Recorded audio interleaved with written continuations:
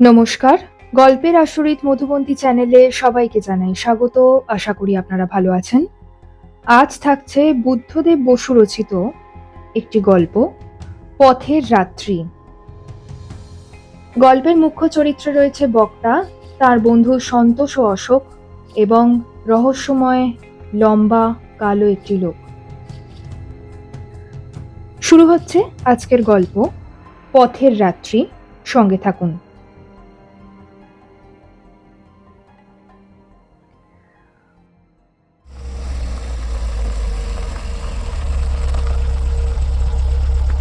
হঠাৎ গাড়িটা থেমে গেল। ড্রাইভার তার নিজের কোনো দরকারে থামিয়েছে মনে করে আমরা প্রথমটায় কিছু খেয়ালই করলুম না, কিন্তু একটু পরেই সন্দেহ হলো যে কল বিগড়েছে।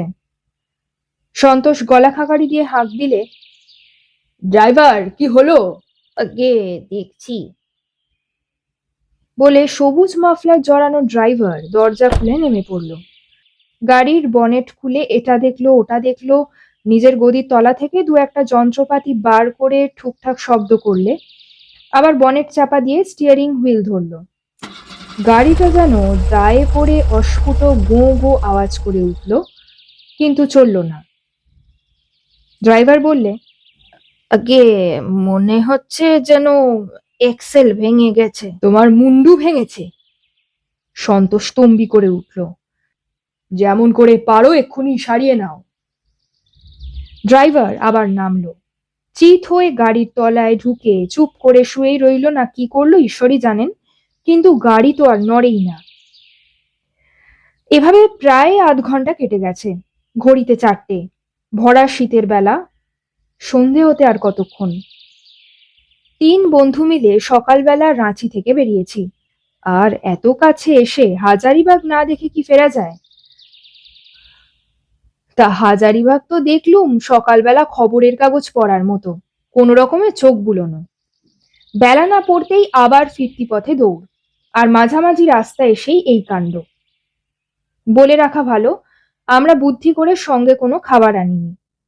ফ্লাস্কে করে যে চা এনেছিলুম তা আসবার পথেই 1 চুমুক 2 চুমুক করে ফুরিয়েছে। হাজারিবাগে অনেক খুঁজে খুঁজে পার্ক হোটেল নামে যে বাঙালির হোটেল পাওয়া গেল, তার খাদ্য নাক চোখ বুজে উদরে চালান করেও যে আজ পর্যন্ত বেঁচে আছি, সেটা নিশ্চয়ই হাজারিবাগের হাওয়ারি গুণ। রাঁচির দিকে আবার রওনা হতে হতেই আমরা 3 জনেই বেশ খিদে টের পাচ্ছিলুম, এবং কতক্ষণে রাঁচি পৌঁছে বেশ ভালো রকম খাবো এছাড়া আর কোনো ভাবনা আমাদের ছিল না। আর এরই মধ্যে গাড়ি বিগড়ে যাওয়ায় মেজাজটা ঠিক খুশি হয়ে উঠল না, তা তো বুঝতেই পারছো। সন্তোষ দাঁত মুখ খিঁচিয়ে বললে, যেমন করে পারো আমাদের সন্ধ্যের আগে পৌঁছে দিতে হবে, নয়তো পয়সা পাবে না। ট্যাক্সিওয়ালা বললে, এক্সেল ভেঙে গেছে তো আমি কি করব, রামগড়ে পৌঁছে টেলিফোন করে দুসরা গাড়ি আনানো যায়। সন্তোষ আরো কি কড়া কথা বলতে যাচ্ছিল, অশোক তাকে বাধা দিয়ে বললে, ওর সঙ্গে চোটপাট করে এখন আর কি হবে, কি করবে তাই ঠিক করো। আমি বললুম, আপাতত এই মোটররূপী খাঁচা থেকে নামা যাক তো, পা দুটো ধরে গেছে। নামলুম 3 জনে গাড়ি থেকে। দুদিকে বন আর উঁচু নিচু মাঠ, মাঝখান দিয়ে চমৎকার চওড়া রাস্তা, ঢেউ খেলানো। কি শান্ত চুপচাপ সব। 2 জন 1 জন করে দেহাতি লোক চলেছে। দূরের গাছপালা শীতের পড়ন্ত রোদ্দুরে মনে হচ্ছে সবুজের সোনার পটে আঁকা। আমরা এদিক ওদিক দেখতেই বোঁ করে একটা প্রকাণ্ড মোটর গাড়ি দারুণ বেগে রাঁচির দিকে চলে গেল। ট্যাক্সিওয়ালা বললে,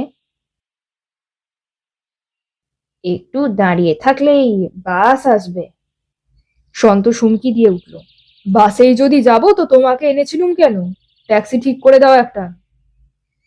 কিন্তু ট্যাক্সিওয়ালার কথায় বোঝা গেল যে আর একটা ট্যাক্সি পেতে গেলেও রামগড় পর্যন্ত যাওয়া দরকার। আরো 6 মাইল দূরে রামগড়। কি করে যাব 6 মাইল? হেঁটে? 6 মাইল হাঁটবার কথা ভাবতেই আমার হাত পা অবশ হয়ে গেল। বললুম, চলো না বাসেই উঠে পড়ি। হ্যাঁ, বাস তো তোমার দুয়ারে প্রস্তুত কিনা, কখন আসে ঠিক কি? কতক্ষণ এখানে দাঁড়িয়ে পাহাড়ি হাওয়া খাবে? অশোক বললে, আসবার সময় দেখেছি রামগড়ে চায়ের দোকান, সেখানে পৌঁছলে চা খেয়ে বাঁচবো তো, না হয় পৌঁছতে দেরি হবে। ট্যাক্সিওয়ালা এবার বললে, এক কাজ করুন বাবু, কতগুলো লোক ঠিক করুন, গাড়িটা ঠেলে নিয়ে যাবে। রাস্তার নিচে মাঠে দু একটা লোক কাজ করছিল। ট্যাক্সিওয়ালা তাদের ডেকে আনলে। প্রথমে তারা রাজি হয় না। সন্তোষ বকশিসের কথা বললে খানিক শাসিয়ে খানিক বুঝিয়ে রাজি করালে। দেখতে দেখতে প্রায় ৮-১০ জন লোক জড়ো হয়ে গেল। গরিব দেশ, পয়সার কথা বললে যে কোনো কাজের লোক জোটে। ঠেল বেটারা ঠেল, সন্তোষ বললে। যে লোকটা প্রথমে এসেছিল, মাথায় পাগড়ি বাঁধা, ভীষণ ঢ্যাঙা আর ভীষণ কালো এক ছোকরা, সে তার ঝকঝকে দাঁত বার করে হেসে বললে, বকশিস মিলবে তো বাবু, বহুত মেহনত। মিলবে মিলবে, যা। ড্রাইভার স্টিয়ারিং হুইল ধরে বসে রইল, আর ওরা হই হই করতে করতে সেই উঁচু নিচু রাস্তায় ঠেলে নিয়ে চলল গাড়িটাকে। আমরা পেছন পেছন হাঁটতে লাগলুম, কিন্তু যত হাঁটি তত হতাশ হই। যত এগোই ততই মনে হয় রামগড় আর কখনোই পৌঁছবো না। এদিকে বেলাও পড়ে আসছে।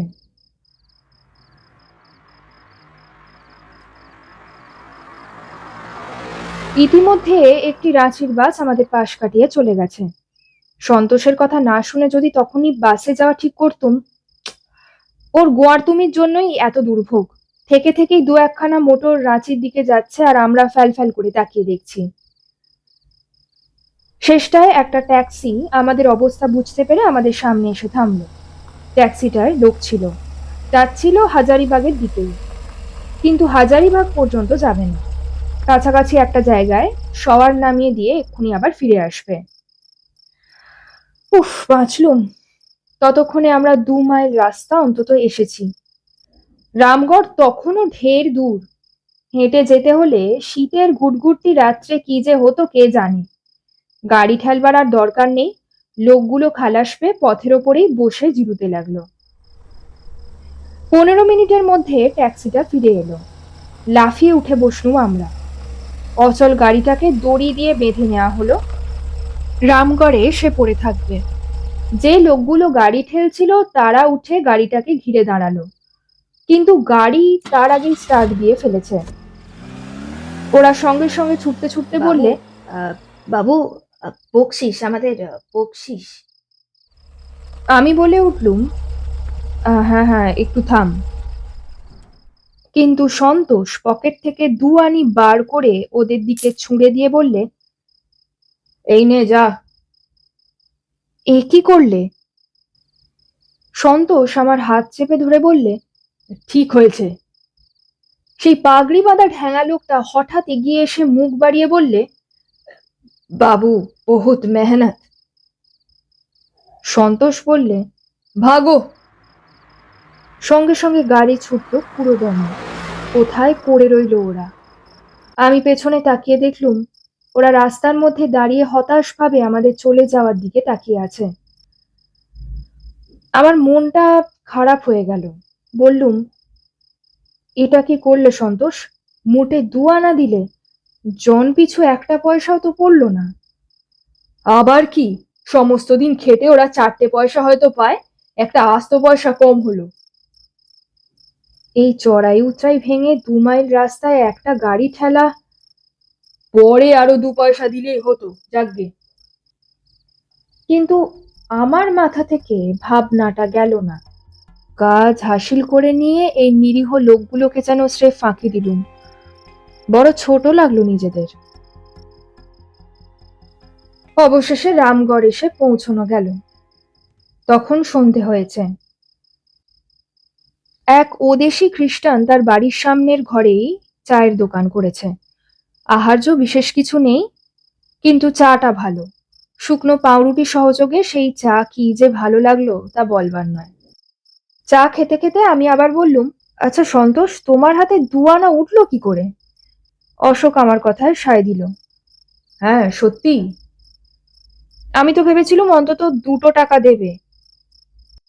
আর সময় পেলুম কোথায়, গাড়ি তো দৌড় দিলে। আর তাড়াতাড়িতে পকেট থেকে যা উঠলো তাই দিলুম। যাকগে, তোমরাও বড্ড বাড়াবাড়ি করছো। সন্তোষ ও কথা বললে বটে, কিন্তু বোঝা গেল তারও মনের মধ্যে একটু খচখচ করছে।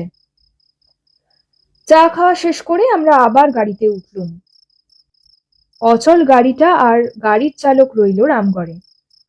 অন্ধকার রাত্রিকে তীব্র হেডলাইটে দু টুকরো করে আমরা ছুটলুম রাঁচির দিকে। এইদিকে বেশ শীত, কম্বলে পা ঢেকে আমরা ঘন হয়ে বসেছি, কারো মুখে কথা নেই। তীব্র সবুজ আলোয় সামনের ঝোপঝাড় গাছপালা অদ্ভুত ছবির মতো আমাদের চোখের সামনে দিয়ে দ্রুত ছুটে যাচ্ছে। এই 60 মাইল রাস্তার যেটুকু সবচেয়ে সুন্দর সেখানে পৌঁছানো গেল। ঘুরে ঘুরে একটা পাহাড়ে উঠে আবার নামতে হয়, তার খানিক পরেই রাঁচি। ঘুরে ঘুরে পথ চলছে, কত অদ্ভুত মোড়, কত বিচিত্র বাঁক, আর দুদিকে ঘন বন। আসবার সময় নিচে তাকিয়ে দেখছিলুম, হাতে আঁকা ছবির মতো নিচে পৃথিবী পড়ে আছে। এখন অন্ধকারে অবশ্য কিছুই দেখা যাচ্ছিল না। পাহাড়ের চূড়ায় উঠেছি, ঘন বনের ভেতর দিয়ে গাড়ি নির্ভাবনায় ছুটছে। এমন সময় হঠাৎ কোত্থেকে একটা লোক ছুটে এসে গাড়ির সামনে হুমড়ি খেয়ে পড়ল। তিনজনে একসঙ্গে দেখলুম। লোকটা ভীষণ ঢ্যাঙা, ভীষণ কালো, আর তার মাথায় একটা পাগড়ি বাঁধা। ড্রাইভার এই বলে ব্রেক কষে দিলে গাড়ি আর্তনাদ করে থেমে গেল। সঙ্গে সঙ্গে গাড়ির আলো গেল নিভে। আমরা তো অবাক, এত রাত্রে এই গভীর বনের মধ্যে লোক এলো কোত্থেকে? খুটখুটি অন্ধকারে কিছুই দেখা যায় না। লোকটা মরল নাকি? সন্তোষ হুকুম দিল, ড্রাইভার, হেডলাইটস। একটু পরে ড্রাইভারের জবাব এলো, হেডলাইট জ্বলছে না। সন্তোষ চটে গিয়ে বললে, বেটা মাতাল হয়েছিস নাকি? লোকটার কি হলো দেখ। কিচ্ছু দেখতে পাচ্ছি নে। সন্তোষ আর এক পর্দা গলা চড়িয়ে বললে, গাড়ি চালাও। কিন্তু গাড়িও চলে না। চালাও চালাও, সন্তোষ চিৎকার করে বললে। ড্রাইভার আরো অনেকবার চেষ্টা করলে, কিন্তু গাড়ি মোটে নড়েই না। অন্ধকারে আমরা পরস্পরের মুখ দেখবার চেষ্টা করলুম। সঙ্গে একটা টর্চও আনিনি, আর টর্চ থাকলেই বা কোন কাজে লাগতো? একটা কথা নেই কারোর মুখে। পাথরের মতো স্তব্ধ হয়ে বসে আছি। তোমাদের বলবো কি, অমন ভয় কখনো তোমরা যেন না পাও। তখন হয়তো 7টা হবে কি 7:30। শীতের সমস্ত দীর্ঘ রাত সামনেই পড়ে।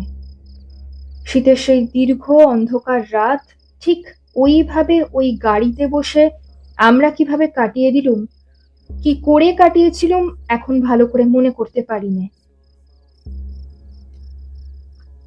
বেশি আর বলবার নেই। পরের দিন সকালে সশরীরে রাঁচি পৌঁছেছিলাম সকলেই। সমস্ত রাত্রি একটা অন্ধকার হিম সমুদ্রের মতো আমাদের বুকের ওপর চেপে বসে রইল। আর ভোরবেলা যখন ফরেস্ট সার্ভিসের এক সাহেব তার গাড়িতে যেতে যেতে আমাদের উদ্ধার করলেন, তখন শীতে আর শরীরের কষ্টে আমরা প্রায় আধমরা।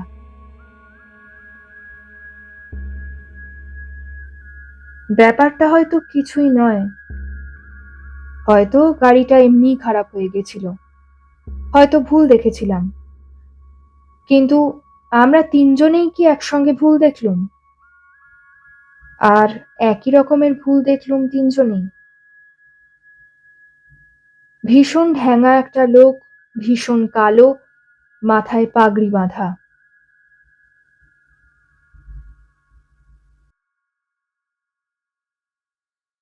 শেষ হলো আজকের গল্প পথের রাত্রি। রচনা বুদ্ধদেব বসু, গল্প পাঠ এবং সমগ্র পরিচালনায় আমি মধুবন্তী। আমার গল্প পাঠ আপনাদের যদি ভালো লেগে থাকে তাহলে অবশ্যই আমার চ্যানেলটি সাবস্ক্রাইব করবেন এবং আমার এই প্রয়াসগুলি আপনাদের কাছের মানুষের সঙ্গে ভাগ করে নেবেন। খুব শীঘ্রই ফিরে আসবো পরবর্তী একটি নতুন নিবেদন নিয়ে। ততদিন স্টে কানেক্টেড উইথ গল্পের আসরিত মধুবন্তী। ধন্যবাদ।